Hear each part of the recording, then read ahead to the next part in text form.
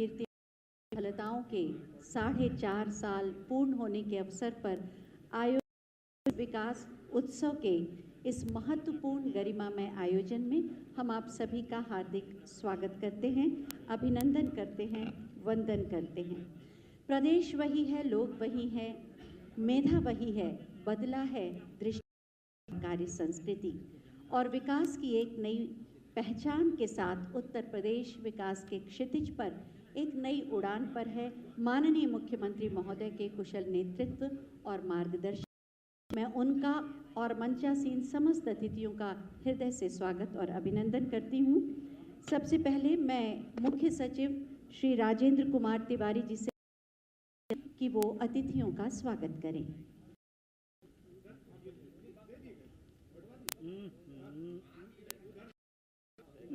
सोच ईमान काम दमदार विकास उत्सव के आयोजन में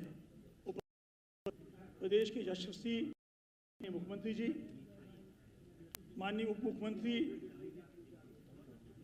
डॉक्टर दिनेश शर्मा जी, माननीय उप मुख्यमंत्री जी श्री महोदया जी,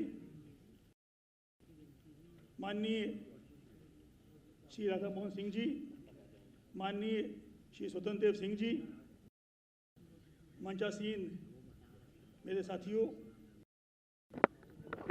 उपस्थित सभी जनप्रतिनिधिगण, सहयोगी अधिकारी व मीडिया के सम्मानित साथियों, प्रदेश सरकार के सफलतापूर्वक 4.5 वर्ष पूरे होने के अवसर पर मैं माननीय मुख्यमंत्री जी, माननीय मंत्रीगण व आप सभी का स्वागत करता हूं व अपनी हार्दिक बधाई देता हूं। मीडिया के साथियों, जिनके सहयोग से प्रदेश सरकार की नीतियां, योजनाएं एवं उपलब्धियां जन जन तक पहुंच रही हैं। प्रदेश सरकार द्वारा सबका साथ, सबका विकास और सबका विश्वास तथा आत्मनिर्भर भारत बनाने को प्रदेश को स्वच्छ, समर्थ और सर्वोत्तम प्रदेश बनाने के सभी क्षेत्रों में एवं उल्लेखनीय विकास के ज़्यादातर महत्वपूर्ण कार्यक्रमों में प्रदेश उत्कृष्ट एवं प्रथम स्थान प्राप्त किया है। निवेश के मामलों में भी उत्तर प्रदेश निवेशकों की पहली पसंद बन चुका है। ईज़ ऑफ डूइंग बिजनेस में भी प्रदेश ने 14वें स्थान से अब देश में दूसरे स्थान की लंबी छलांग लगाई है। ये माननीय मुख्यमंत्री जी के ही कुशल नेता व बेहतरीन कार्यों का परिणाम है कि 4 वर्षों में ही प्रदेश की अर्थव्यवस्था लगभग दोगुनी हो गई है और जन जन को रोजगार के व्यापक अवसर मिले हैं। कोविड-19 के नियंत्रण पर समुचित प्रबंधन करते हुए भी इस आपदा को अवसर में बदल दिया गया है, जिसकी प्रशंसा राष्ट्रीय स्तर पर ही नहीं बल्कि अंतर्राष्ट्रीय स्तर पर हुई। अंत में मैं यहाँ उपस्थित सभी महानुभावों को पुनः बधाई देते हुए माननीय मुख्यमंत्री जी को आश्वस्त करना चाहता हूँ कि विकासोन्मुख, कल्याणकारी, पारदर्शी एवं स्वच्छ सरकार के साथ शासन के सभी अधिकारी व कर्मचारी तथा समाज का प्रत्येक वर्ग अपना सर्वश्रेष्ठ योगदान एवं प्रदर्शन करने के लिए उत्साहित हैं। बहुत बहुत धन्यवाद। जय हिंद।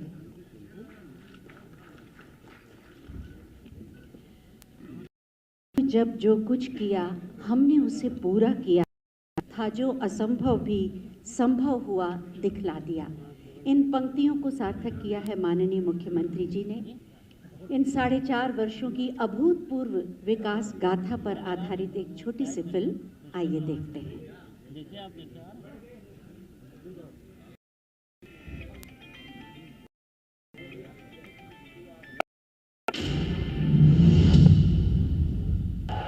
मुझे आज देखकर बहुत खुशी होती है कि जिस यूपी देश विकास में एक रुकावट के रूप में था, यूपी आज देश के बड़े अभियानों का नेतृत्व कर रहा है।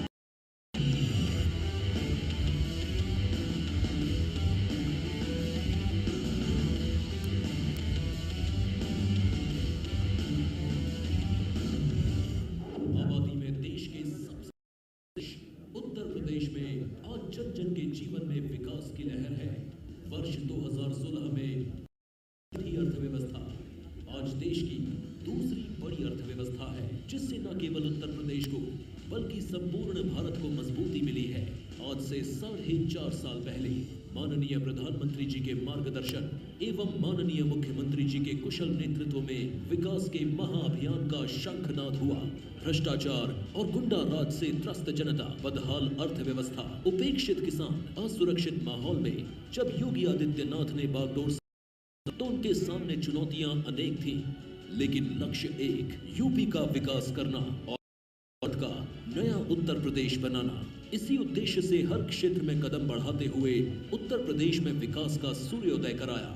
विरासत में मिली चरमराती कानून व्यवस्था को पटरी पर लाकर प्रदेश में भय मुक्त, अपराध मुक्त और भ्रष्टाचार मुक्त तैयार किया।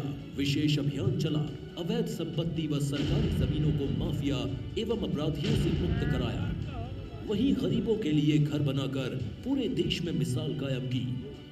जैसे ही कानून व्यवस्था को पटरी पर लाने में सफलता मिली, उत्तर प्रदेश में एक मजबूत इंफ्रास्ट्रक्चर तैयार करने और निवेश को आमंत्रित करने का माहौल तैयार हो गया।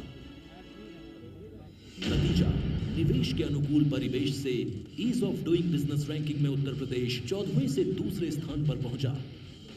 साथ ही भारत सरकार की 44 परियोजनाओं में यूपी शीर्ष पर है। विकास की श्रृंखला को यूपी सरकार ने प्रदेश की अगले 50 वर्षों की जरूरतों को ध्यान में रख इंफ्रास्ट्रक्चर के सस्टेनेबल डेवलपमेंट पर जोर दिया।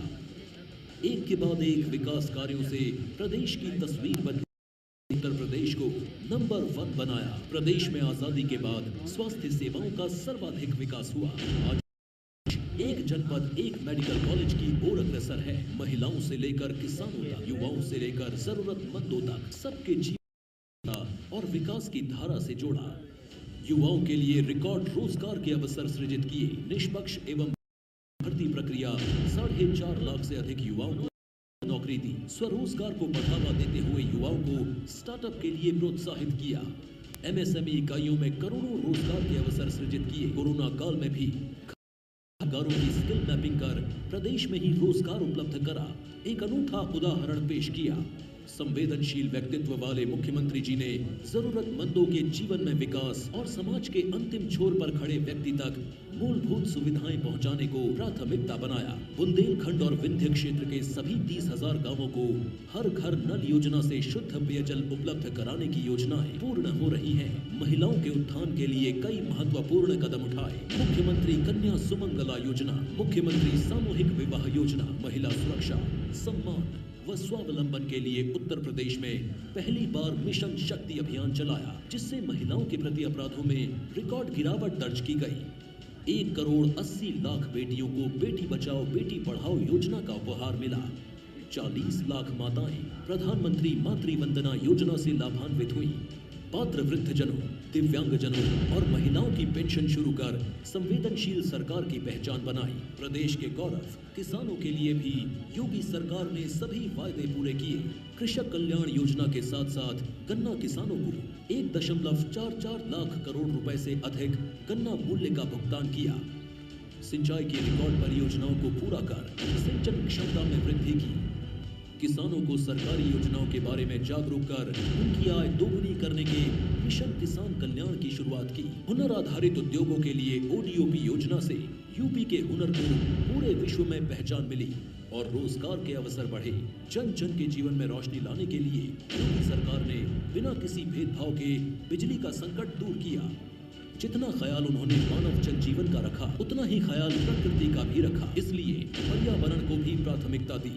वैश्विक महामारी कोरोना से लड़ने के लिए भी माननीय मुख्यमंत्री जी ने लीडरशिप बाय एग्जाम्पल से कोरोना के खिलाफ लड़ाई में सभी को प्रेरित कर टीम भावना को प्रोत्साहित किया। घर घर जांच सुविधा, सबका मुफ्त इलाज, आइसोलेशन वार्ड, अस्पतालों में बेड तथा वेंटिलेटर की संख्या वृद्धि के साथ सबको राशन, मुफ्त राशन देकर एक बड़े वर्ग को राहत पहुंचाई। वहीं कोरोना की दूसरी लहर के दौरान कोविड संक्रमित हो जाने के बाद भी मुख्यमंत्री जी ने फ्रंट लाइन वर्कर के रूप में काम किया। आइसोलेशन में उन्होंने घर से ही पूरे प्रदेश की मॉनिटरिंग की और एक ऐसा टेस्ट, ट्रेस और ट्रीटमेंट का 3D मॉडल तैयार करवाया, जिसकी अंतर्राष्ट्रीय पटल पर सराहना हुई। दशकों से जापानी बुखार का दंश झेल रहे पूर्वी उत्तर प्रदेश में इस जानलेवा बीमारी पर अंकुश लगा। आजादी के बाद से ही परित्यक्त जीवन जी रहे वनटांगिया समुदाय के हजारों लोगों को भी पहली बार विकास की मुख्य धारा से जोड़ा। योगी सरकार ने बीमारू कहे जाने वाले प्रदेश की छवि बदलने और पूरे विश्व में उत्तर प्रदेश को पर्यटन का केंद्र बनाने के लिए विभिन्न सांस्कृतिक आयोजनों की शुरुआत की। भव्य एवं दिव्य कुंभ की स्वच्छता व सफल प्रबंधन को पूरे विश्व ने सराहा।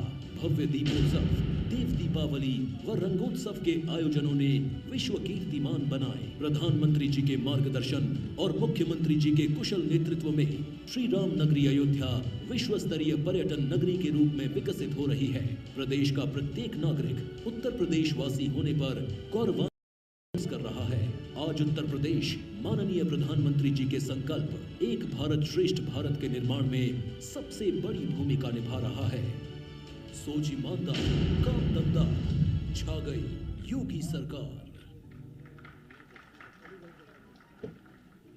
इस फिल्म के माध्यम से हमने देखा कि किस तरह माननीय मुख्यमंत्री जी के कुशल नेतृत्व में उत्तर प्रदेश आत्मनिर्भर उत्तर प्रदेश की अग्रसर हो रहा है। बदलाव के साथ 4.5 वर्षों की इस विकास यात्रा पर आधारित एक पुस्तिका प्रकाशित की गई है। मैं माननीय मुख्यमंत्री जी से अनुरोध करूंगी कि इस पुस्तिका का विमोचन करें। ईमानदार सोच के साथ दमदार कामों के आधार पर एक लंबी 4.5 वर्षों की विकास यात्रा, उत्तर प्रदेश की एक नई पहचान, आत्मनिर्भर उत्तर प्रदेश की आधारशिला माननीय मुख्यमंत्री जी ने रखी है। इसी पर आधारित पुस्तिका का विमोचन उत्तर प्रदेश की अभूतपूर्व विकास यात्रा 4.5 वर्षों की उपलब्धियों, कीर्तिमानों और सफलताओं से सजी हुई। बहुत बहुत धन्यवाद माननीय। लक्ष्य अंत्योदय, प्रण अंत्योदय, पथ अंत्योदय, इस लक्ष्य को साधने वाले माननीय मुख्यमंत्री जी से अब हम अनुरोध करेंगे अपने उद्बोधन से हमें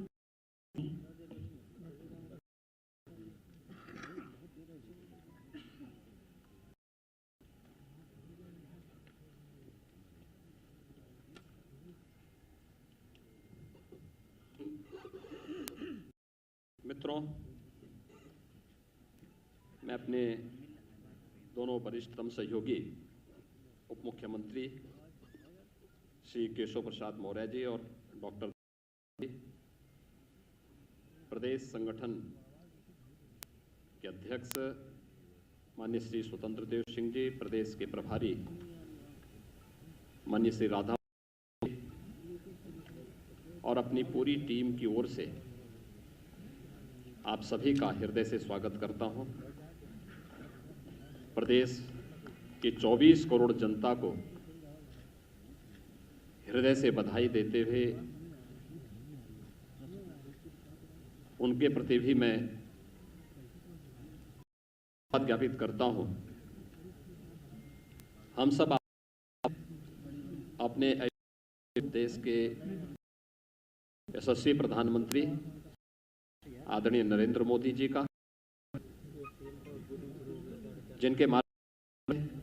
जिनके नेतृत्व में आज हमारी सरकार सफलतापूर्वक अपना 4.5 वर्ष का कार्यकाल पूरा कर रही है। 4.5 वर्ष का ये कार्यकाल उत्तर प्रदेश जैसे राज्य के लिए, जो देश में आबादी का सबसे बड़ा प्रदेश है, उस प्रदेश के लिए सुरक्षा और सुशासन के दृष्टि अत्यंत महत्वपूर्ण है। इन दो उत्तर प्रदेश ने जो उपलब्धियां हासिल की हैं पिछले 4.5 वर्षों के दौरान, इसने पूरे प्रदेश के देश में, दुनिया में भी बदला है। हर एक क्षेत्र में अगर प्राप्त हुई, इसमें टीम वर्क, सरकार और संगठन का एक समन्वित प्रयास, टीम और जनता जनार्दन के बीच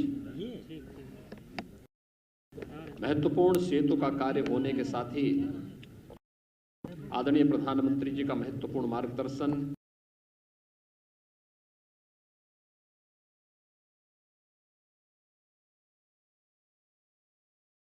भूमिका का निर्वहन किया है। मैं इसके लिए आदरणीय प्रधानमंत्री जी का, माननीय राष्ट्रीय अध्यक्ष जी का, माननीय गृह मंत्री जी का, माननीय रक्षा मंत्री जी का और पूरी केंद्रीय कैबिनेट के साथ साथ संगठन के सभी पदाधिकारियों का हृदय से आभार भी व्यक्त करता हूं। उत्तर प्रदेश के 4.5 वर्ष का एक कार्यकाल उत्तर प्रदेश के इतिहास में सुरक्षा और सुशासन के दृष्टि से एक स्मरणीय कार्यकाल माना जाएगा। आपने देखा होगा, ये वही उत्तर प्रदेश है जहां पर पेशेवर अपराधी और माफिया सत्ता के शागिर्द बनकर के सत्ता के संरक्षण में भय और दहशत का माहौल पैदा करते थे, अराजकता फैलाते थे। दंगा प्रदेश की प्रवृत्ति बन चुकी थी। आपने 2012 से 2017 के बीच के इस कालखंड को भी देखा होगा, क्योंकि ज़्यादा पुरानी बात मैं नहीं, केवल इससे ठीक पहले का जो कार्यकाल था उसमें देखा होगा कि हर तीसरे चौथे दिन एवरेज एक बड़ा दंगा उत्तर प्रदेश में हुआ है। लेकिन पिछले 4.5 वर्ष के अंदर उत्तर प्रदेश में कोई दंगा नहीं हुआ। अपराधी और माफिया किसी भी जाति, किसी भी मत, किसी भी मजहब, किसी भी क्षेत्र का रहा हो, पूरी शक्ति के साथ कानून के दायरे में से ला करके उसके खिलाफ पूरी शक्ति के साथ कार्रवाई भी की गई। 1800 करोड़ रुपए से अधिक की सरकारी संपत्ति जब्त की गई और जब्त करने के साथ साथ जहां पर उन्होंने अवैध निर्माण किए थे वहां पे ध्वस्तीकरण के लिए भी कार्रवाई पूरी मजबूती के साथ चली है। लखनऊ में आप सभी पत्रकार मित्रगण जानते होंगे कि कभी प्रदेश के अंदर सुशासन की क्या स्थिति थी। मुख्यमंत्री बनते थे, अपने स्वयं के आवास बनाने के लिए उनमें होड़ लगती थी, सरकारी बंगले गिराए जाते थे, स्वयं के मकान बनाने के लिए और अपने लिए हवेली, बड़ी बड़ी हवेली बनाने के लिए उनमें एक प्रतिस्पर्धा चलती थी। लेकिन ये 4.5 वर्ष प्रदेश के अंदर सुशासन को समर्पित थे, लोक कल्याण संकल्प पत्र के अनुसार सुशासन को समर्पित थे और हम लोगों ने अपने आवास नहीं बल्कि हम लोगों ने प्रदेश के 42 लाख गरीबों के आवास बनाए हैं। 42 लाख गरीबों को एक एक आवास उत्तर प्रदेश के अंदर उपलब्ध करवाया गया। यही तो सुशासन है, जहां पर गांव के लिए, गरीब के लिए, किसान के लिए, नौजवान के लिए, महिलाओं के लिए शासन की योजनाओं का लाभ देना, उनके मन में शासन प्रशासन के प्रति एक विश्वास जागृत करना और उन्हें शासन की योजनाओं के साथ जोड़ करके प्रदेश को सर्वांगीण विकास के पथ पर अग्रसर करने की दिशा में आगे बढ़ा देना। और यही तो एक पहचान इस नए उत्तर प्रदेश की है, नए भारत की, इस नए उत्तर प्रदेश की है। आपने उत्तर प्रदेश का दृश्य भी देखा होगा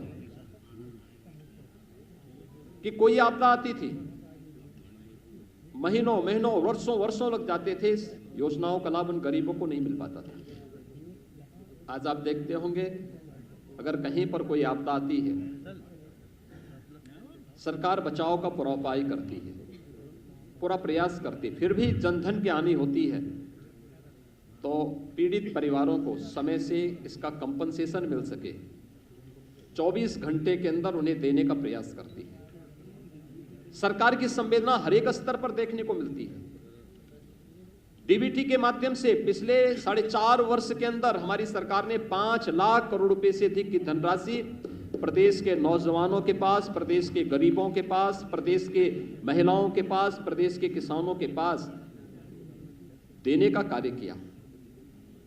प्रदेश के अंदर पारदर्शी भर्ती की प्रक्रिया को आगे बढ़ाया। 4.5 लाख नौजवानों को प्रदेश के अंदर सरकारी नौकरी दी गई। किसी भी नौकरी में किसी प्रकार का कोई भेदभाव नहीं, चेहरा देख करके नहीं, प्रदेश के अंदर योग्यता के आधार पर रिजर्वेशन के नियमों का पालन करते हुए प्रदेश के हर नौजवान को उसका हक देने का कार्य प्रदेश के अंदर किया गया था। ये सभी नियुक्तियां वर्षों से लंबित थी, वर्षों से लंबित थी, क्योंकि पारदर्शिता का अभाव था, ईमानदारी का अभाव पिछली सरकारों में था, और उन कार्यक्रमों को सफलतापूर्वक हमारी सरकार ने आगे बढ़ाया था। नहीं तो भर्ती निकलती थी और परिवार के अलग अलग सदस्य, खानदान, पूरा खानदान वसूली के लिए प्रदेश में निकल पड़ता था। 4.5 वर्ष के अंदर आपने देखा होगा, एक भी भर्ती में कहीं कोई दलाली नहीं, कहीं किसी प्रकार का कोई लेन देन नहीं, पूरी ईमानदारी, पूरी पारदर्शिता के साथ जब कार्यक्रम हुआ तो माननीय न्यायालय को भी किसी भी भर्ती में स्थगन आदेश नहीं देना पड़ा और पूरी पारदर्शिता के साथ 4.5 लाख नौजवानों को नौकरी दी गई। सुरक्षा का बेहतर वातावरण बना तो प्रदेश के अंदर निवेश भी बड़ी पैमाने पर आया। 2018 का आप लोगों ने प्रदेश का पहला इन्वेस्टर समिट देखा होगा। देश का हर उद्योगपति आया था और आज प्रदेश के अंदर पारदर्शी कार्य पद्धति, त्वरित निर्णय लेने की क्षमता का परिणाम है कि देश और दुनिया का हर उद्योगपति प्रदेश के अंदर निवेश करने के लिए उत्सुक है। ईज ऑफ डूइंग बिजनेस यानी व्यवसाय की सुगमता में उत्तर प्रदेश ने एक लंबी छलांग मारी है। जिस उत्तर प्रदेश में 2015-16 में ईज ऑफ डूइंग बिजनेस में 14वें स्थान पर था, वही उत्तर प्रदेश आज यानी 14वें स्थान का मतलब अगर देश और दुनिया का कोई निवेशक निवेश करने का इच्छुक होगा तो देखता था कि क्या स्थिति है राज्यों की, और फिर अपने अनुकूल वह ईज ऑफ डूइंग बिजनेस में जिन राज्यों की अच्छी रैंकिंग होती थी वहां पर वह निवेश के लिए जाता था। उत्तर प्रदेश 14वें स्थान पर था, यानी हमारी कहीं गिनती नहीं थी। और आज मुझे बताते हुए प्रसन्नता है, Uttar Pradesh ease of doing business में देश के अंदर नंबर 2 स्थान पर है। 3 लाख करोड़ रुपए से अधिक का निवेश उत्तर प्रदेश में हम लोगों ने कराया। और कोरोना कालखंड में तो आपने देखा होगा, देश की पहली डिस्प्ले यूनिट उत्तर प्रदेश में स्थापित हुई, और वह निवेश भी हमारे यहां कहां से आया था? चीन से आया था। चीन से निवेश भारत में और भारत में उत्तर प्रदेश में हो, ये उत्तर प्रदेश के लिए एक उपलब्धि थी। और इस प्रकार के तमाम निवेश उत्तर प्रदेश में हुए। निवेश केवल हमारे लिए निवेश तक सीमित नहीं था, हमारे नौजवानों के लिए नौकरी और रोजगार का भी माध्यम था। और उसका परिणाम बड़े पैमाने पर 1,61,00,000 से अधिक नौजवानों को प्रदेश के अंदर ही नौकरी और रोजगार की संभावनाएं इस निवेश के, इस भारी भरकम निवेश के माध्यम से प्रदेश के अंदर उपलब्ध होते हुए दिखाई दे। इसका परिणाम था कि प्रदेश के अंदर जो प्रदेश की सरकार ने आदरणीय प्रधानमंत्री जी के मार्गदर्शन में जब 2017 में हम लोगों ने अपना लोक कल्याण संकल्प पत्र जारी किया था, तब हमने परंपरागत उद्यम को बढ़ावा देने के लिए भी घोषणा की थी और राज्य सरकार ने उसे एक इवेंट बनाया था 1 डिस्ट्रिक्ट 1 प्रोडक्ट के रूप में। आज आप देख रहे होंगे सूक्ष्म लघु मध्यम उद्यम जो उत्तर प्रदेश के अंदर एक समय में मृत प्राय सा हो गया था, आज वह उत्तर प्रदेश के अंदर 1,21,000 करोड़ रुपए का प्रतिवर्ष एक्सपोर्ट कर रहा है और उत्तर प्रदेश एक्सपोर्ट के एक नए हब के रूप में देश के सामने विकसित हुआ है। उत्तर प्रदेश में परंपरागत कारीगर और हस्तशिल्पियों को प्रोत्साहित करने के लिए विश्वकर्मा श्रम सम्मान के माध्यम से भी स्वतः रोजगार की ढेर सारी संभावनाएं बढ़ी। उनके प्रशिक्षण, उन्हें टूल किट उपलब्ध कराना और व्यवस्थित रूप से उन्हें अपने आत्मनिर्भर भारत के आदरणीय प्रधानमंत्री जी के लक्ष्य को प्राप्त करने के लिए प्रेरित करना, विश्वकर्मा श्रम सम्मान इस दिशा में बेहतरीन रूप से कार्य कर रहा है। तो सुरक्षा का जो एक बेहतरीन वातावरण प्रदेश के अंदर तैयार हुआ, आज वो आप सबके सामने है कि वह निवेश की संभावनाओं को ही बढ़ाया है। वह प्रदेश के अंदर चाहे वह बहन और बेटियों की सुरक्षा से जुड़ा हुआ मामला रहा हो, प्रदेश के उद्यमियों के सामने, प्रदेश के व्यापारियों के सामने, प्रदेश की आम नागरिकों के सामने सुरक्षा का एक बेहतर वातावरण प्रदेश सरकार ने जहां स्थापित किया, वहीं सुशासन के लक्ष्यों को प्राप्त करने में भी प्रदेश सरकार ने इस दौरान सफलता प्राप्ति की। खासतौर पर नौजवानों के लिए नौकरी का मुद्दा हो या फिर प्रशासन में ट्रांसफर और पोस्टिंग का मामला। 2017 के पहले ट्रांसफर और पोस्टिंग एक उद्योग हो चुका था, इसकी भी बोली लगती थी, इसके नाम पर भी हर एक पोस्ट बिकता था। लेकिन पिछले 4.5 वर्ष के अंदर कोई भी व्यक्ति आरोप नहीं लगा सकता कि किसी भी विभाग में ट्रांसफर पोस्टिंग में कोई लेन देन हुआ है। प्रशासन में स्थिरता दी गई। 2017 के पहले आप देखेंगे अधिकारी वे कमिश्नरी स्तर पर हो, जोन स्तर पर हो, रेंज स्तर पर हो, जनपद स्तर पर हो, तहसील स्तर पर हो, थाने स्तर पर हो, हर महीने 2 महीने में ताश के पत्तों की तरह फेंटे जाते थे। लेकिन 4.5 वर्ष के अंदर आपने देखा होगा प्रशासनिक स्थिरता हर एक स्तर पर, उस स्थिरता ने एक स्थायित्व दिया और उस स्थायित्व ने लोगों में कार्य करने की गति दी, लोगों का विकास के प्रति रुझान बढ़ाया, टीम वर्क से कार्य का परिणाम सामने आया।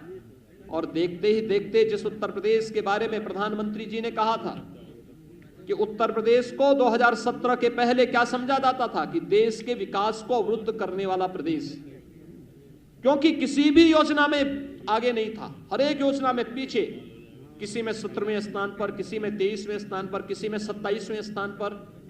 और आज मुझे बताते हुए प्रसन्नता है कि देश के अंदर भारत सरकार के द्वारा संचालित 44 योजनाओं में उत्तर प्रदेश नंबर 1 पर चल रहा है। प्रधानमंत्री आवास योजना 42 लाख गरीबों को एक आवास बिना भेदभाव के उपलब्ध कराया गया। 2 करोड़ 61 लाख गरीबों को एक शौचालय उपलब्ध कराए गए। 1 करोड़ 38 लाख गरीबों को विद्युत के निःशुल्क कनेक्शन उपलब्ध कराए गए। 1 करोड़ 56 लाख से अधिक गरीबों को उज्ज्वला योजना में रसोई गैस के निःशुल्क कनेक्शन उपलब्ध हुए। 6 करोड़ से अधिक लोगों को आयुष्मान भारत के अंतर्गत 5 लाख रुपए की सुरक्षा बीमा का कवर दिया गया।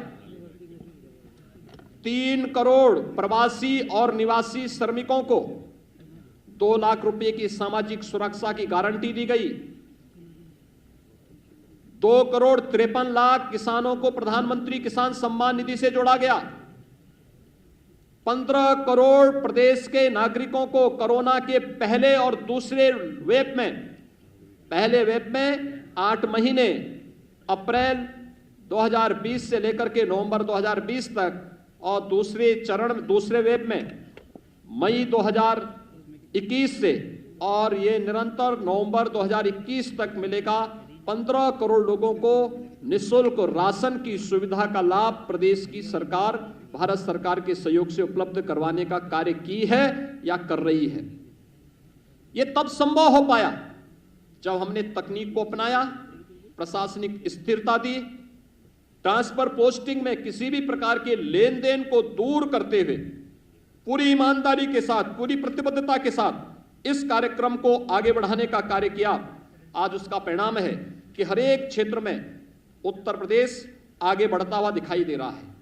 तकनीक की स्थिति प्रदेश के अंदर 2005-06 में भी आपने देखा होगा खाद्यान्न घोटाला हुआ था, उसकी सीबीआई जांच अभी भी प्रचलित है।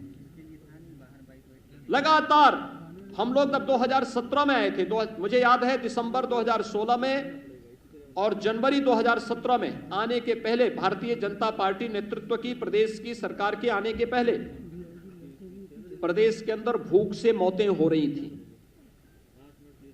मुझे दिसंबर 2016 में और जनवरी 2017 में ऐसे कुछ क्षेत्रों में जाने का अवसर उस समय प्राप्त हुआ था, क्योंकि वहां पर भूख से मौतें हो रही थी। और जब मैंने उन क्षेत्रों का भ्रमण किया था तो मुझे ये देखकर आश्चर्य हो रहा था कि उन गरीबों के पास राशन कार्ड नहीं थे, 2017 में जब हमारी सरकार मार्च में आई थी तो मैंने सबसे पहले जांच का आदेश दिया कि भाई सभी राशन कार्डों का सत्यापन हो जाए। 40 लाख ऐसे गरीब मिले थे जिन लोगों के पास अपने राशन कार्ड नहीं थे, लेकिन राशन कार्ड बनाए गए थे, उस राशन कार्ड पर कोई दूसरा ही व्यक्ति राशन लेता था। हमारी सरकार ने आकर के सबसे पहले उन गरीबों को राशन कार्ड दिए, फेक राशन कार्ड समाप्त किए और फिर 80,000 राशन कोटे की दुकान को ई-पॉस मशीन के साथ जोड़ा गया। आज हर गरीब अपना राशन न केवल अपने गांव में बल्कि देश के किसी भी कोने में होगा, उत्तर प्रदेश का हर नागरिक वहां पर राशन लेने की सुविधा प्राप्त कर सकता है। ये सुविधा उत्तर प्रदेश के अंदर दी, लेकिन टेक्नोलॉजी का उपयोग करने से हमें एक लाभ और हुआ। गरीब को तो राशन मिल रहा है, लेकिन टेक्नोलॉजी का लाभ ये भी हुआ कि 1200 करोड़ रुपए की हर वर्ष बचत उत्तर प्रदेश सरकार को हो रही है। इसी प्रकार से खरीदारी का किसानों के लिए जो योजनाएं की गई, किसानों का कर्ज माफी से हमने किसान कल्याण के कार्यक्रम को आगे बढ़ाया था। प्रधानमंत्री फसल बीमा योजना को, प्रधानमंत्री कृषि सिंचाई योजना को, लंबित उन सभी योजनाओं को, चाहे वह बाण सागर की परियोजना रही हो या कोई भी अन्य परियोजना, एक एक करके उन योजनाओं को, लगभग 1 दर्जन सिंचाई की परियोजनाएं तो केवल बुंदेलखंड में हमने पूरी की। हम इस वर्ष के अंत तक सरयू नहर राष्ट्रीय परियोजना को, अर्जुन सहायक परियोजना को, मध्य गंगा नहर परियोजना को पूरा करने जा रहे हैं। उत्तर प्रदेश जैसे राज्य में जो जल संसाधन पर्याप्त मात्रा में था, वर्षों से लंबित इन योजनाओं के कारण किसान उसका भरपूर लाभ नहीं ले पाता था, लेकिन आज उसका लाभ मिल रहा है। प्रोक्यूरमेंट हम लोगों ने प्रारंभ किया। याद करिए 2007 से लेकर 2017 के बीच प्रदेश के अंदर गन्ना मूल्य का 95,000 करोड़ रुपए का गन्ना मूल्य का भुगतान होता है और 2017 से अब तक 4.5 वर्ष के अंदर 1,43,000 करोड़ रुपए का गन्ना मूल्य का भुगतान हुआ। 2007 से लेकर 2017 के बीच तमाम चीनी मिलें बेची गई, औने पौने दाम में बेची गई, बंद की गई। किसान के पेट पर लात मारने का कार्य पिछली सरकारों ने किया। किसान आत्महत्या करने के लिए मजबूर हुआ था। हमारी सरकार ने बंद चीनी मिलों को चलाने का काम किया, नई चीनी मिलें लगवाने का कार्य किया, गन्ना किसानों को समय पे गन्ना मूल्य का भुगतान हो इसके लिए कार्य किया। और हमारी सरकार ने यह भी सुनिश्चित किया कि कोरोना कालखंड में जब देश के तमाम राज्यों की आधी चीनी मिलें बंद हो गई थीं, कोरोना का सफलतापूर्वक मुकाबला करते हुए भी सभी चीनी मिलों को चलाने का कार्य किया गया। प्रोक्यूरमेंट 2016-17 में आप देखेंगे उत्तर प्रदेश में धान का क्रय केवल 6 लाख मीट्रिक टन होता है। यह भी आड़तियों के माध्यम से, किसानों से सीधे नहीं। इसका मतलब किसान को एमएसपी का सीधा लाभ नहीं मिला। अगर कोरोना कालखंड में 2020 में धान का क्रय का मैं आपके सामने आंकड़े प्रस्तुत करूं, 66 लाख मीट्रिक टन धान का क्रय सीधे किसानों से हमारी सरकार में हुआ। गेहूं का क्रय किसानों से 2016-17 के आंकड़े अगर आप देखेंगे और 2020-21-22 का आप देखेंगे, हम कोरोना कालखंड में किसान से प्रोक्यूर कर रहे हैं 56 लाख मीट्रिक टन। पिछली सरकार के समय यह 6 लाख मीट्रिक टन भी नहीं हो पाया था। पिछली सरकारें आड़तियों के माध्यम से क्रय करती थी, हमारी सरकार किसानों से सीधे क्रय करती है और डीबीटी के माध्यम से किसान के खाते में ही पैसा देती है। यानी किसान के कल्याण का मामला हो, युवाओं के कल्याण का मामला हो, प्रदेश के प्रत्येक तबके के हितों के लिए कार्य किए जाने का मामला हो, सुशासन के उस लक्ष्य को प्राप्त करने के लिए सरकार ने वे हर संभव कदम उठाए हैं जो प्रदेश की आवश्यकता बन चुकी थी और प्रदेश को आगे बढ़ाने के लिए अत्यंत महत्वपूर्ण थी। उन्हीं सब योजनाओं को आगे बढ़ाने के लिए प्रदेश ने अपने यहां वे तमाम योजनाएं प्रारंभ की जो प्रदेश की पहचान बन सकती थी। आज आप देख रहे होंगे उत्तर प्रदेश पर्यटन और हर प्रकार के पर्यटन को आगे बढ़ाने का भी एक महत्वपूर्ण केंद्र बिंदु बन चुका है। प्रयागराज कुंभ 2019 में हमारी सरकार को आयोजित करने का सौभाग्य प्राप्त हुआ था। कुंभ की हजारों वर्षों की विरासत है, लेकिन कुंभ का आयोजन सुरक्षा, स्वच्छता और सुव्यवस्था का एक नया मानक प्रस्तुत करते हुए अंतर्राष्ट्रीय क्षितिज पे प्रस्तुत हो सके, सबके सामने अद्भुत पहल थी। उत्तर प्रदेश में पहली बार प्रवासी भारतीय दिवस का आयोजन हो, काशी की धरती पर किसी भी यानी राष्ट्रीय राजधानी के साथ साथ प्रदेश की राजधानी के बाहर इस प्रकार का आयोजन एक अद्भुत घटना थी। सफलता अब तक का सफलतम आयोजन, यह भी सौभाग्य हमें प्राप्त हुआ था। प्रदेश का पहला इन्वेस्टर समिट आयोजित करने का सौभाग्य भी हमें प्राप्त हुआ, जिसने प्रदेश में निवेश की संभावनाओं को आगे बढ़ाया और प्रदेश के बारे में जो धारणाएं थी उनको समाप्त किया। और उत्तर प्रदेश, ये वही उत्तर प्रदेश है जिसने अपनी परंपरागत पहचान को भी देश और दुनिया के सामने प्रस्तुत किया। अयोध्या का दीपोत्सव का आयोजन हो, काशी के दीपावली का आयोजन हो, बरसाना का रंगोत्सव का कार्यक्रम हो, यह आयोजन हमारे लिए हमारी पहचान और हमारी विरासत को दुनिया के सामने प्रस्तुत करने का एक माध्यम था। विपक्षी दलों को ये सांप्रदायिकता के दंश को से की दृश्य देखने के लिए वे अभिषिप्त थे। वे कभी इन आयोजनों को नहीं कर सकते थे। वो हमेशा इस बात के लिए सशंकित रहते थे कि हम अयोध्या में दीपोत्सव का कार्यक्रम करेंगे तो हम पे सांप्रदायिकता का लेबल लगेगा। लेकिन हमारी सरकार के लिए एक आयोजन था प्रदेश के परसेप्शन को दुनिया के सामने प्रस्तुत करने का। और मुझे प्रसन्नता है आज प्रदेश सरकार तेजी के साथ इस समय आगे बढ़ रही है। जहां हमने आजादी के दीवानों के उन सभी अमर शहीदों की स्मृति में चौरी चौरा शताब्दी महोत्सव के आयोजन को हम पूरी भव्यता के साथ हर एक शहीद स्थल पर देश की आजादी के लड़ने वाले सभी स्वतंत्रता संग्राम सेनानियों के प्रति सम्मान का भाव पैदा कर रहे हैं, व्यक्त कर रहे हैं। वहीं साथ ही साथ देश की सीमाओं की सुरक्षा करने वाले सैनिकों के प्रति भी सड़कों का नामकरण, विभिन्न प्रकार के स्मारकों का निर्माण, उनके परिवार की सहायता या उनके परिवार के एक सदस्य को नौकरी की व्यवस्था हो, ये प्रदेश सरकार पूरी प्रतिबद्धता के साथ कर रही है। तो साथ साथ शताब्दियों से, दशकों से लंबित उन आस्था के केंद्रों को भी सम्मान देने का कार्य हो रहा है। यह हमारा सौभाग्य है। अयोध्या में मर्यादा पुरुषोत्तम भगवान श्री राम के भव्य मंदिर के निर्माण का कार्य हमारी सरकार के समय में आदरणीय प्रधानमंत्री जी के मार्गदर्शन में प्रारंभ हो चुका है।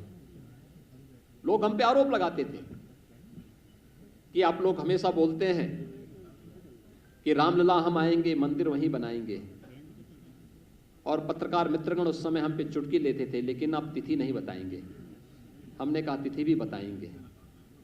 और 5 अगस्त 2020 को प्रधानमंत्री जी के कर कमलों में अयोध्या में राम मंदिर के निर्माण कार्य का भव्य शुभारंभ भी हो चुका है। वहां की प्रगति आप देख रहे होंगे। काशी विश्वनाथ धाम,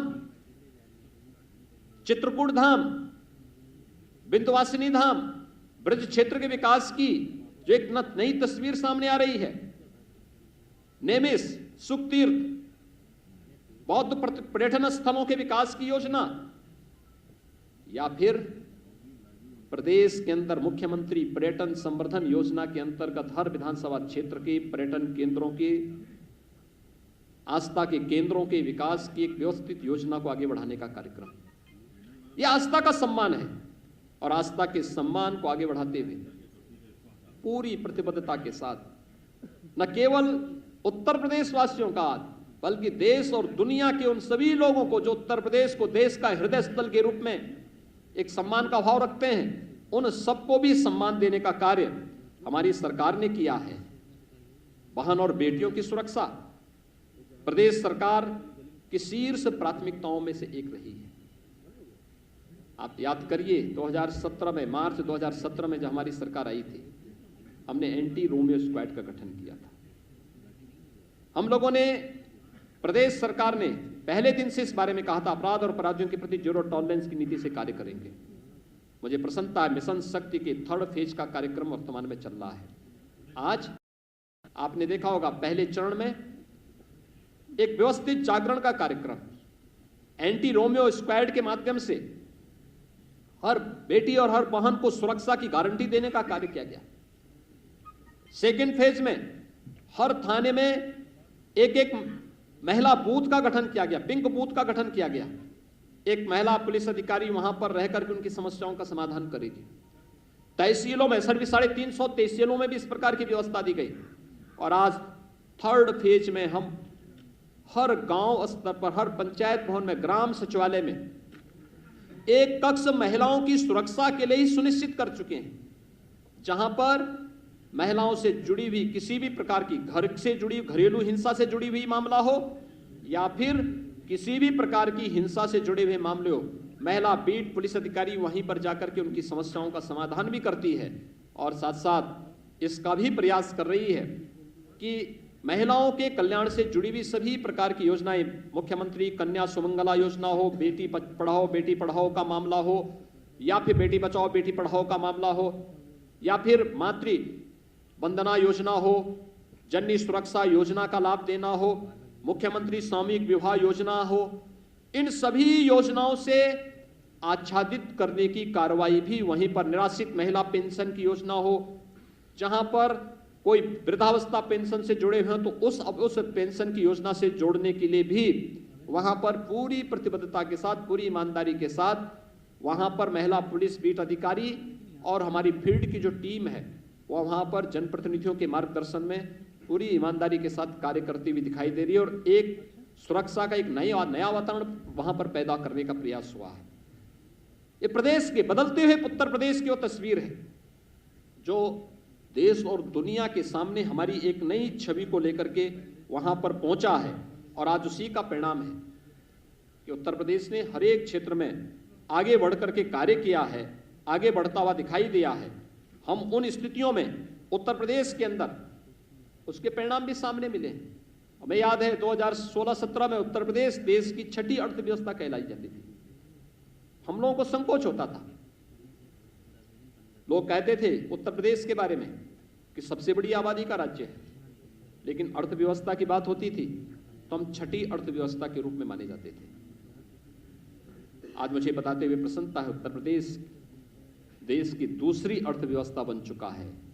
इंफ्रास्ट्रक्चर के जो कार्य प्रदेश के अंदर प्रारंभ हुए हैं, चाहे वह इंटर स्टेट कनेक्टिविटी, 4 लेन से जोड़ने का, हर जिला मुख्यालय को 4 लेन से जोड़ने की कार्रवाई, तहसील मुख्यालयों को ब्लॉक मुख्यालयों को जोड़ने की जो कार्रवाई प्रारंभ हुई है, प्रदेश के वे क्षेत्र जो अपने को उपेक्षित महसूस करते थे, पूर्वांचल एक्सप्रेसवे के माध्यम से वहां की अर्थव्यवस्था को सुदृढ़ करने की कार्रवाई, बुंदेलखंड एक्सप्रेसवे के माध्यम से बुंदेलखंड क्षेत्र के समग्र विकास की कार्रवाई, गंगा एक्सप्रेसवे के माध्यम से पश्चिम उत्तर प्रदेश और पूर्वी उत्तर प्रदेश को जोड़ने की कार्रवाई, गोरखपुर लिंक एक्सप्रेसवे और बलिया लिंक एक्सप्रेसवे के माध्यम से वहां के विकास के कार्यक्रम को आगे बढ़ाने की कार्रवाई। प्रदेश के अंदर 2017 के पहले एक भी सिटी मेट्रो से नहीं जुड़ी थी। आज मुझे बताते हुए प्रसन्नता है, 4 सिटी में मेट्रो का सफलतापूर्वक संचालन हो रहा है। कानपुर और आगरा में मेट्रो युद्ध स्तर पर चल रहा है। हमारा प्रयास है कि नवंबर-दिसंबर तक हम कानपुर और आगरा में भी मेट्रो का सफलतापूर्वक संचालन कर सकें। कल हम लोगों ने पहली बोगी बड़ोदरा में उत्तर प्रदेश मेट्रो कॉरपोरेशन को उपलब्ध करवाया है। यह दिखाता है कि किस तेजी के साथ प्रदेश के अंदर एयर कनेक्टिविटी कितना बेहतर हुआ है। 2017 के पहले केवल 2 एयरपोर्ट फंक्शनल थे उत्तर प्रदेश के अंदर, आज 8 एयरपोर्ट फंक्शनल हैं। 5 इंटरनेशनल एयरपोर्ट प्रदेश के अंदर वर्तमान में या तो चालू हैं या बन रहे हैं। 10 नए एयरपोर्ट के निर्माण की कार्रवाई चल रही है। एयर कनेक्टिविटी के साथ साथ प्रदेश के अंदर हर गांव सड़क योजना के साथ जुड़ सके। हम लोगों ने इसके लिए युद्ध स्तर पर कार्य प्रारंभ किया है और हर एक गांव में बेहतर कनेक्टिविटी हो, बुनियादी सुविधाएं लोगों को प्राप्त हो, हर एक स्तर पर प्राप्त हो, भारत सरकार की योजनाओं का भरपूर लाभ लिया जाए। इस दिशा में बेहतर प्रयास हुआ। शिक्षा के क्षेत्र में भी अभूतपूर्व सफलता प्रदेश को प्राप्त हुई। आदरणीय प्रधानमंत्री जी ने 2020 में नई राष्ट्रीय शिक्षा नीति लागू की और मुझे प्रसन्नता है उत्तर प्रदेश देश के उन अग्रणी राज्यों में है जिन्होंने राष्ट्रीय शिक्षा नीति 2020 को अक्षरशः अपने यहां लागू करते हुए, कोरोना महामारी का सामना करते हुए अपने यहां उसे अक्षरशः लागू करने के लिए अपनी पूरी रणनीति तैयार कर ली है। 2022 से जब नई राष्ट्रीय शिक्षा नीति आगे लागू होगी तो उसको उत्तर प्रदेश उन अग्रणी राज्यों में उसको लीड करता हुआ, नेतृत्व करता हुआ दिखाई देगा, जो आदरणीय प्रधानमंत्री जी की मंशा है। प्रदेश के अंदर हम लोगों ने 7 नए विश्वविद्यालय वर्तमान में गठित कर रहे हैं, बना रहे हैं। ये 7 नए विश्वविद्यालय प्रदेश के अलग अलग कोनों में स्थापित हो रहे हैं। 50 नए महाविद्यालय और पहली बार प्रदेश के अंदर पुलिस एंड फॉरेंसिक इंस्टीट्यूट की स्थापना भी प्रदेश की राजधानी लखनऊ में हो रहा है। ये केवल एक इंस्टीट्यूट नहीं होगा, यहां पे पाठ्यक्रम भी चलेंगे। अक्सर हम देखते थे कि हमारी जो जांचें होती थी वो ठहर जाती थी एक समय के बाद। जब वो फॉरेंसिक जांच के लिए जाता था एक लंबा समय लगता था, महीनों वर्षों लग जाते थे। आज हर कमिश्नरी मुख्यालय पर ए लेवल या बी लेवल की लैब्स स्थापित, फॉरेंसिक लैब्स स्थापित की जा रही हैं। हर रेंज स्तर पर, हर कमिश्नरी स्तर पर साइबर थाने स्थापित किए जा रहे हैं। प्रदेश के अंदर एक बदली हुई तस्वीर प्रदेश के अंदर वर्तमान में देखने को मिल रही है और इसने प्रदेश के अंदर सुरक्षा और सुशासन का जो एक मॉडल दिया है, आज पूरा देश और पूरी दुनिया उत्तर प्रदेश के इस मॉडल को देखती है। और मुझे लगता है कोरोना कालखंड के दौरान जो कुछ देश और दुनिया के सामने आया है, आदरणीय प्रधानमंत्री जी का मार्गदर्शन था, उत्तर प्रदेश की हमारी पूरी सरकार, पूरा प्रशासनिक तंत्र, हर हेल्थ वर्कर्स, हर कोरोना वॉरियर्स, इसके साथ जब जुड़ा, जनता जनार्दन का इसके साथ जब सहयोग मिला, आज आप देख रहे होंगे कोरोना प्रबंधन का एक मॉडल उत्तर प्रदेश का देश में भी, दुनिया के अंदर भी सराहा जा रहा है। सबसे बड़ी आबादी का राज्य, सबसे कम पॉजिटिविटी, सबसे कम मृत्यु दर उत्तर प्रदेश के अंदर, सबसे कम मामले उत्तर प्रदेश के अंदर, लगभग नियंत्रण एकदम प्रभावी नियंत्रण है। सबसे अधिक टेस्ट उत्तर प्रदेश में, सबसे अधिक वैक्सीन देने वाला राज्य उत्तर प्रदेश। और कोरोना प्रबंधन कैसे होना है, हर एक गतिविधि हमारी प्रारंभ हो चुकी है। स्कूल कॉलेजेस प्रारंभ हो चुके हैं, आर्थिक गतिविधियां प्रारंभ हो चुकी हैं। औद्योगिक संस्थान हम लोगों ने सेकेंड वेव के दौरान तो कहीं कभी बंद ही नहीं किए। कोविड केयर सेंटर बना करके या कोविड हेल्प डेस्क बना करके हम लोगों ने वहां पर सावधानी और सतर्कता बरती। लेकिन हर एक व्यक्ति को हम सुरक्षा देंगे और सुरक्षा का कवच आज कोरोना वैक्सीन के रूप में प्रदेश के अंदर 9.5 करोड़ लोग लगभग प्राप्त कर चुके हैं। 7.5 करोड़ से अधिक लोगों का कोरोना टेस्ट भी संपन्न हो चुका है। यानी ये चीजें बताती हैं उत्तर प्रदेश एक नई दिशा की ओर चल रहा है। महिलाओं की सुरक्षा, उनके स्वावलंबन और उनके सम्मान के लिए उत्तर प्रदेश पुलिस में 30,000 महिला आरक्षियों की भर्ती। प्रदेश के अंदर जब तक 1,26,000 से अधिक बेसिक शिक्षा परिषद में भर्तियां हुई हैं शिक्षकों की, इसमें ज्यादातर महिलाएं। पंचायत चुनाव में ब्लॉक प्रमुख और जिला पंचायत अध्यक्षों में ज्यादातर महिलाएं आई हैं।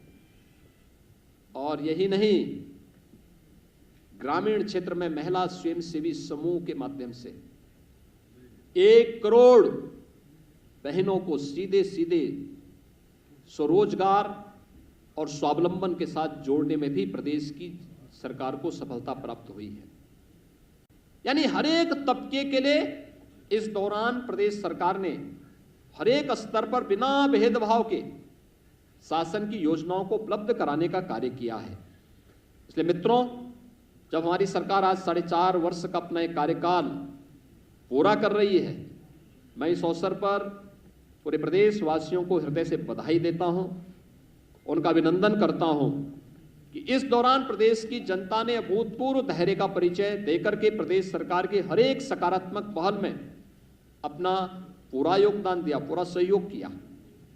और मित्रों, मैं आप सबको भी हृदय से धन्यवाद देता हूं कि आपने प्रदेश सरकार के हर एक सकारात्मक पहल को आम जन तक पहुंचाने में अपना योगदान किया है। हमारे दो महत्वपूर्ण माध्यम थे, एक संगठन और दूसरा मीडिया, जो आम जनमानस के बीच में सेतु का काम कर सकती थी और कर रही थी। चाहे वह सामान्य दिन हो या कोरोना कालखंड के भी दिन, जब कोरोना प्रचंड स्तर पर प्रदेश के अंदर पीक पर था, उस दौरान भी, और एक एक योजना को आम जन तक पहुंचाने के लिए जो कार्य आप लोगों ने किया, मैं इसके लिए आप सबका भी हृदय से अभिनंदन करता हूं।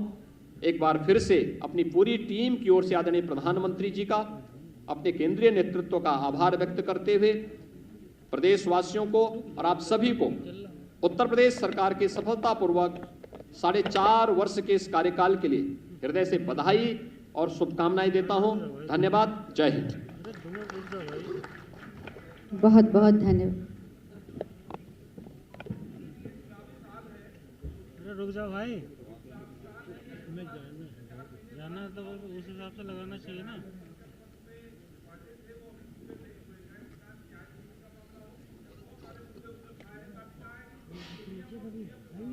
लोक कल्याण संकल्प पत्र के सभी घोषणाओं को सरकार ने पूरा किया है। एक एक मैं चाहूंगा कि हमारा विपक्ष के मित्र पढ़ने की आदत अगर होती, हमारे लोक कल्याण संकल्प पत्र में बैठ करके हमारे जो प्रशिक्षण शिविर लगते थे उसमें आकर कुछ सीख लेते, कुछ सद्बुद्धि आती, प्रदेश के बारे में एक सोच पैदा होती। एक एक वायदों को जो भारतीय जनता पार्टी ने 2017 में किया था, सरकार ने उसे पूरा किया है। एक 2022 में उत्तर प्रदेश विधानसभा के चुनाव आएंगे, भारतीय जनता पार्टी 350 सीट पाकर के फिर से भारी बहुमत के साथ सरकार बनाएगी, कोई संदेह इसमें नहीं होना चाहिए। धन्यवाद जी। आपका, मैं आज के इस कार्यक्रम के लिए माननीय मुख्यमंत्री जी का, सभी का, जो मंचासीन हमारे अतिथि हैं, सभी का मैं धन्यवाद करूंगा। माननीय, आपके नेतृत्व में इसी प्रकार प्रदेश नई ऊंचाइयों पर आगे बढ़े, इसके लिए सभी लोग कार्यरत रहेंगे। धन्यवाद।